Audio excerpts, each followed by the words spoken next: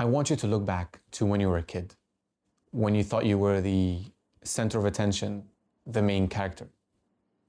You tell everyone that you'd be the best footballer ever, or you draw something terrible and you show it to everyone like it was some masterpiece. And you didn't question any of it. And at some point, that all stopped. And I don't think that's growing up. Here's something most people don't know about how the brain develops. As a kid, your brain is literally wired to absorb the voices of the people around you. It's designed to internalize the attitudes, opinions, and words of the adults in your life. And that's actually a good thing.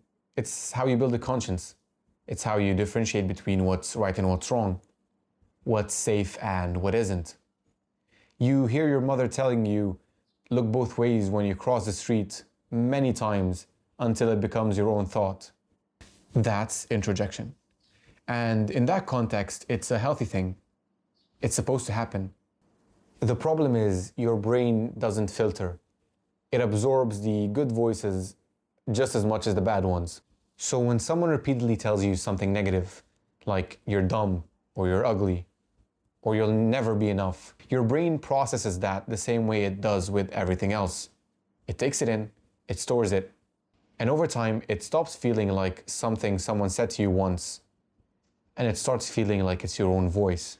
That's when introjection stops being healthy and it becomes something else entirely. Because now you're not hearing their voice anymore.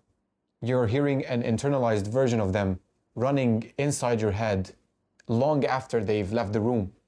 And that version of them doesn't want what's good for you. So it keeps repeating what it was built to repeat, like you're not enough.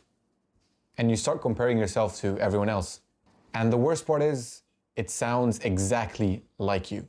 So you end up fighting back. And that's where it gets interesting. Some people hear that voice and they collapse under it. They stop trying entirely and they shrink. But some people do the opposite. They use that voice as a fuel and they grind.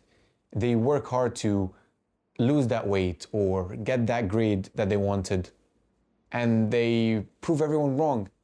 And from the outside, it looks like the criticism worked. But I want you to zoom in for a second and ask yourself, what do you feel when you get there? Because a lot of people cross that finish line and the first feeling they get isn't some sense of happiness. It's more of a relief, a few days of quiet. And then the voice pops back and it starts finding something else entirely to criticize, a new flaw, a new problem. That's not growth, that's running. And you can keep running your entire life, not reaching anywhere, because the reason is the person driving or the voice driving wasn't yours to begin with. You need to understand that your own voice, your real one, would actually let you enjoy the win. It will make you feel proud of yourself. But that other voice, the introjected voice, it can't do that. It can't let you feel complete, because if it does, then now it has nothing to hold against you. You see, nobody is born hating themselves. That little kid that sang in public in front of everyone, feeling like he's the main character, he wasn't delusional. He just hadn't absorbed anything yet. At some point, a voice got in, and your brain did what it was designed to do. It held on to it. It kept repeating it until it made it feel like it's the truth.